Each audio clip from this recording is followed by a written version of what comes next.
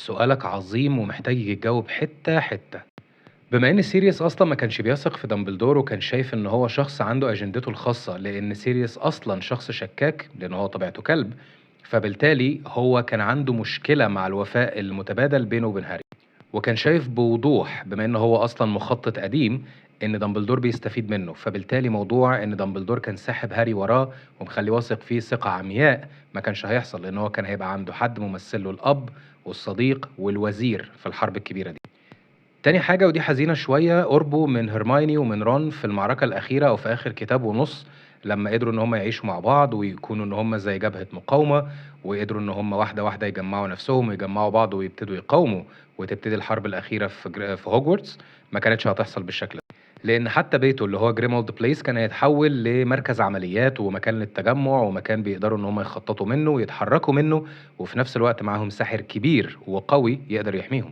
فبالتالي الارك بتاعت ان هم كبروا واتعلموا بنفسهم لنفسهم دي ما كانتش هتحصل، وبالتالي ده كان ممكن يسبب قصر في نمو شخصياتهم هم الثلاثه وخاصه هاري. برضه لو كان هو عاش وكان كمل في حياة هاري والمعركة خلصت وهو برضه فضل فيها، المسألة بتاعت إن هاري هو ذا بوي هو ليفد دي كانت هتتغير جدا وما كانتش هتبقى موجودة، لأن هو يعتبر استرجع حاجات من اللي الحياة خدتها منه، زي إن هو بقى معاه أب، بقى عنده بيت، ثروته رجعت له، كل حاجة استقرت وعنده مكان يقعد فيه زيه زي أصدقائه. فبالتالي ما كانش هيحتاج إنه يعاني كتير قوي كده. الأهم من كده، لو كان الحظ ما أسعفش بيلاتريكس وضربت عليه التعويذة المجهولة اللي زقته مش موتته ووقعته جوه الفيل اللي هو بيفصل ما بين عالم الأحياء وعالم الأموات ومفيش رجوع منه، ودي إجابة سؤال تاني كان حد سأله.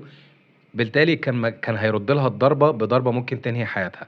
فبيلاتريكس كانت هتموت أسرع وبطريقة أوحش، وكانت هتموت عامة، وده كان هيفرحنا بصراحة.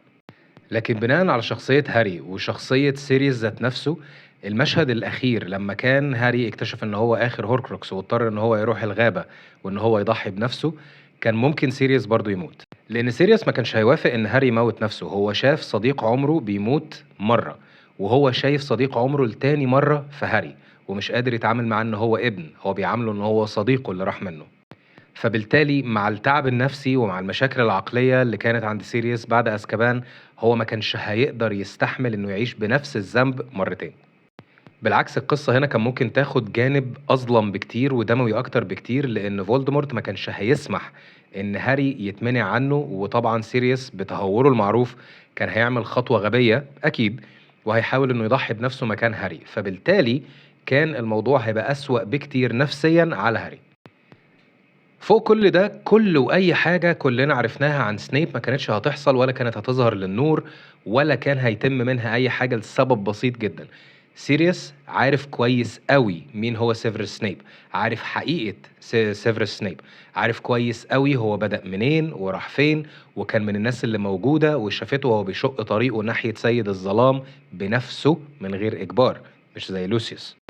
وكان ممكن برضه يبقى في معركة كبيرة ما بينهم هما الاتنين تنتهي بموت واحد فيهم أو بموت الاتنين، لأن كل واحد فيهم كان هيقدر إن هو يقضي على التاني، لأن هو بشكل أو بآخر الاتنين يعتبروا على نفس المستوى، بس كل واحد متخصص في اتجاه، واحد في الدولينج والتاني في السحر المظلم. هو بشكل عام كان هيبقى في كمية أكشن جديدة وكتيرة وكبيرة مش طبيعية بوجود سيريوس. طبعًا الموضوع كان هيقلب جون ويك جدًا، لأن هو ما كانش هيسمح بإن كل الألم ده يتكرر. سيريوس لو كان شايف كل اللي حصل بعد ما هو مات ده، ما كانش هيسمح بوجوده.